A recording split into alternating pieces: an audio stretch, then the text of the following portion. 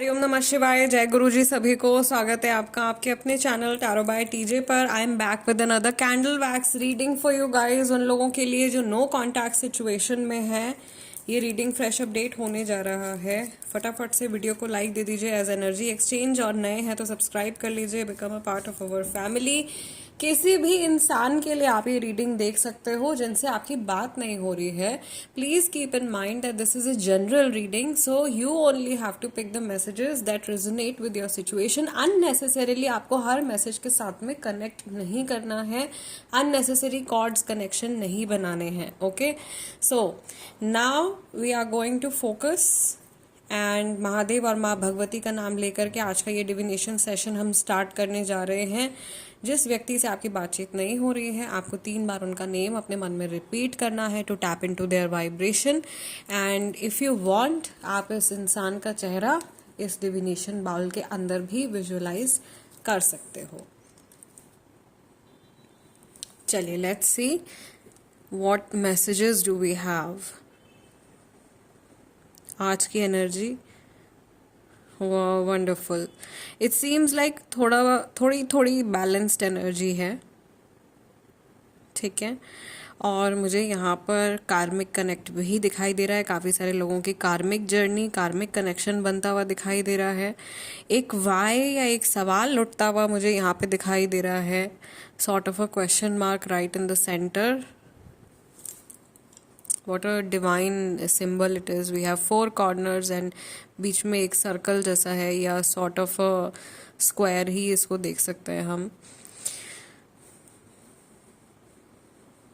मुझे यहाँ पर आप लोगों के लिए ये मैसेज मिल रहा है that stop complaining, क्योंकि आप जहाँ पर हो आपको वहीं होना है। हम जो है अपनी तरफ से सिर्फ एक समय के सिर्फ एक कुछ दायरे तक ही सोच पाते हैं। आज कल परसों के बारे में हम सोच पाते हैं, लेकिन डिवाइन या गॉड जो भी हमारे लिए कर रहे हैं, महादेव जो भी हमारे लिए कर रहे हैं, वो बहुत ही लॉन्ग टर्म प्लानिंग सोच करके करते हैं। उनको पता है कि आने वाले कुछ सालों के बाद हमारी लाइफ में क्या होने वाला है, और अभी जो कुछ घटनाएं हमारे जीवन में घट रही हैं उनका क्या असर होगा कुछ सालों के बाद, कुछ महीनों के बाद। जो हमारा जो इंसानी दिमाग है वो नहीं सोच सकता वहाँ तक, राइट। सो जो कुछ भी हो रहा है, इंस्टेड ऑफ कंप्लेनिंग, उसको आप एक्सेप्टेंस के भाव से आप देखो और विश्वास रखो अपने ईश्वर पे। जिनमें भी आप मानते हो उन पे ट्रस्ट रखो। गॉड ने आपके लिए बहुत अच्छा प्लान किया है, और ये गाइडेंस शायद है आपके लिए, सामने वाले पर्सन के लिए भी, कि कंप्लेन नहीं करनी है। कंप्लेन करने से और प्रॉब्लम्स जो है वो इंक्रीज हो जाएंगी, या मे बी आप लोगों के बीच में जैसे टूटी फूटी कन्वर्सेशन हो रही है, और जब भी बातचीत होती है आप शायद शिकायतें करते हो एक दूसरे से कि आपने बात नहीं करी, आपने कॉल नहीं किया, आपने मैसेज नहीं किया। तो मे बी ये भी एक मैसेज हो सकता है आप लोगों के लिए कि आपको नहीं इस तरीके से बिहेव करना है, and just let the other person be. जिसे बात करनी है उसे बात करने दीजिए, जिसे नहीं बात करनी है उससे शिकायत मत कीजिए कि आपने बात क्यों नहीं करी, आपने कॉल क्यों नहीं किया। हद से ज़्यादा इम्पोर्टेंस अगर आप किसी को दे दोगे तो आपकी अपनी इम्पोर्टेंस सामने वाले व्यक्ति की लाइफ में शून्य हो जाएगी, ज़ीरो हो जाएगी। हद से ज़्यादा टाइम अगर आप किसी को देने लगोगे तो सामने वाले को लगेगा कि अरे ये तो बहुत फ्री इंसान है, ये तो पूरा दिन फ्री ही रहता है, ये इंसान तो हमेशा हमारे लिए अवेलेबल रहेगा, ठीक है। तो ऐसे में क्या होता है, कोई भी रिश्ता हो वो आपको फॉर ग्रांटेड लेने लगेंगे, उन्हें लगेगा कि ये तो है ही। इसलिए अपनी एक हेल्दी बाउंड्री बना के चलना बहुत ज़्यादा ज़रूरी है। एंड आई थिंक गॉड आपको आज शायद यही मैसेज दे रहे हैं, गॉड एंड गॉडेस की तरफ से आपके लिए यही मैसेज आ रहा है, to create healthy boundaries from your own self, from your own and also. अगर किसी ने आपके चेहरे पर दरवाज़ा बंद कर दिया है, देन रिमेंबर कि आपको अपनी भी सेल्फ एस्टीम का ध्यान रखना है। यहाँ पे ईगो की बात नहीं हो रही। ईगो और सेल्फ एस्टीम दोनों बहुत अलग चीज़ें हैं। ईगो हो गया ये चीज़ कि भाई सामने वाले ने बात नहीं करी, मैं भी नहीं बात करूँगी, या मैं भी नहीं बात करूँगा। और सेल्फ एस्टीम ये है कि आपने बहुत बार बात करने की कोशिश करी, मनाने की, समझाने की कोशिश करी, लेकिन अब बस अब हद हो गई है, and now you should take a step back अपनी अपनी रिस्पेक्ट के लिए, right? So this is difference, and stop chasing. Chase करना बंद कर दीजिए, वेट करना बंद कर दीजिए कब मैसेज आएगा, कब कॉल आएगा सामने वाले पर्सन का। आई थिंक यहाँ पे बहुत सारे लोगों के लिए ये मैसेज निकल के आ रहा है, आप लोगों को फॉर ग्रांटेड लिया जा रहा है, सामने वाले व्यक्ति की तरफ से आपको फॉर ग्रांटेड लिया जा रहा है, एंड आपको ऐसा महसूस कराया जा रहा है कि आपकी कोई वर्थ नहीं है। और कुछ बहुत बहुत मीन कन्वर्सेशंस भी मुझे यहाँ पर दिखाई दे रहे हैं काफ़ी सारे लोगों के लिए, कि जो बातचीत हुई है काफ़ी सारे लोगों के बीच में, काफ़ी मीन वर्ड्स यूज़ किए गए हैं या बुरी बातें बोली गई हैं। मैं गाली गलौज की बात नहीं कर रही हूँ, मैं यहाँ पर दिल दुखाने वाले शब्द या दिल दुखाने वाली बातें कह रही हूँ, ठीक है? जो बोली गई हैं, जो मुझे यहाँ पर दिखाई दे रही है, जिसकी वजह से बहुत हर्टफुल एनर्जी क्रिएट हुई है, या आप हर्ट हो गए हो बहुत ज़्यादा, सामने वाले पर्सन ने कुछ बहुत मीन बात आपसे कह दी है, एंड अब आप उसको अपने दिमाग से नहीं निकाल पा रहे हो। अगेन ये मैसेज सबके लिए नहीं है, बट हाँ कुछ लोगों के लिए ज़रूर होगा ये, तभी ये रीडिंग में निकल के भी आ रहा है। लेटर टी दिखाई दे रहा है मुझे, लेटर ए दिखाई दे रहा है, एल दिखाई दे रहा है, आई दिखाई दे रहा है। देयर इज़ समवन जो बहुत टॉकेटिव है, जो बहुत ज़्यादा बातचीत करता है, और आप शायद एक्सपेक्ट करते हो कि ये इंसान आपसे भी बात करे, बट कोई बात हो नहीं रही है, ठीक है? या जितनी बात हो रही है वो आपको सफिशेंट नहीं लग रही है, और सामने वाला पर्सन जो है वो थोड़ा सा मुझे हेजिटेशन वाली एनर्जी में भी दिखाई दे रहा है, जैसे उनके मन में एक हिचकिचाहट है, बात करूँ ना करूँ, करूँ ना करूँ। ये शायद नए रिश्तों के लिए हो सकता है, या आप लोगों की जैसे बहुत अच्छी फ्रेंडशिप है किसी इंसान के साथ में, बहुत अच्छा कनेक्ट है, और फिर बीच में कुछ मिसअंडरस्टैंडिंग हो गई है और वो क्लियर आउट नहीं हो रही है वो misunderstanding, and the other person is thinking कि अभी बात करूँ या कल बात करूँ या कब बात करूँ, इस तरीके के थॉट्स आ रहे हैं माइंड में।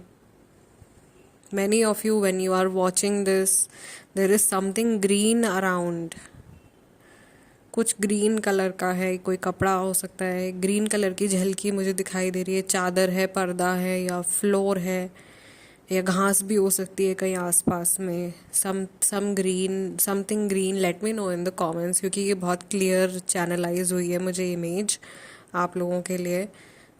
समथिंग ब्रॉड ग्रीन, एंड कुछ चेक्स भी मुझे दिखाई दे रहे हैं, तो ये कपड़ों का कुछ साइन हो सकता है, ठीक है? अगर हम इस इंसान की एनर्जीज़ की तरफ फोकस करें तो मुझे ऐसा लग रहा है कि ये पर्सन का जो हार्ट चक्रा है वो काफ़ी ज़्यादा डिस्टर्ब रहता है, और ये अपने इमोशनल कॉर्ड्स कई जगह कई लोगों से कनेक्ट कर लेते हैं, जिसकी वजह से ये दुख में रहते हैं ज़्यादातर, या ये दिल से बहुत साफ इंसान है, ये बहुत एम्पैथेटिक पर्सन है, और इनको नहीं पता कि इन्हें कब अपने लिए एक फुल स्टॉप लगा लेना चाहिए। ये लोगों की इमोशंस को महसूस करते करते बहुत हद से ज़्यादा आगे बढ़ जाते हैं, और फिर ये फंस जाते हैं। और ऐसी कोई सिचुएशन मुझे आज भी इनके लिए, आज कल में, ओके 24 आवर्स का टाइम लेकर के मैं चलती हूँ रीडिंग्स में, तो आजकल में ये सिचुएशन अराइज हो सकती है that someone can also take advantage of this person.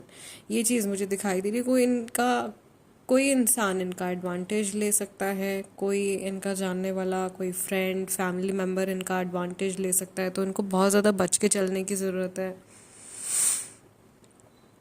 मुझे ऐसा भी लग रहा है कि ये जो व्यक्ति हैं इनको अपनी सेहत पे भी ध्यान देना है, और कुछ इनकी मदर की हेल्थ से रिलेटेड भी सिचुएशन मुझे दिखाई दे रही है। किसी की किडनी अफेक्ट होती हुई दिखाई दे रही है, ओके। सो यस, हेल्थ पे ध्यान देना है, एंड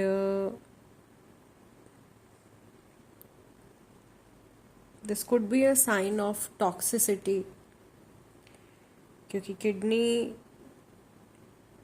उन्हीं लोगों की ख़राब होती है जो बहुत टॉक्सिक इमोशंस अपने मन के अंदर रखते हैं। जो भी भावनाएं हम महसूस करते हैं ना, उससे हमारे शरीर के अंदर के जो अंग होते हैं वो बहुत हद तक प्रभावित होते हैं।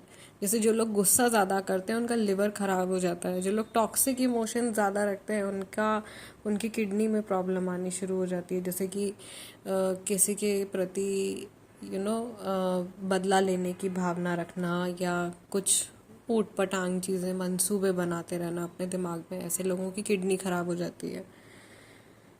जिन लोगों का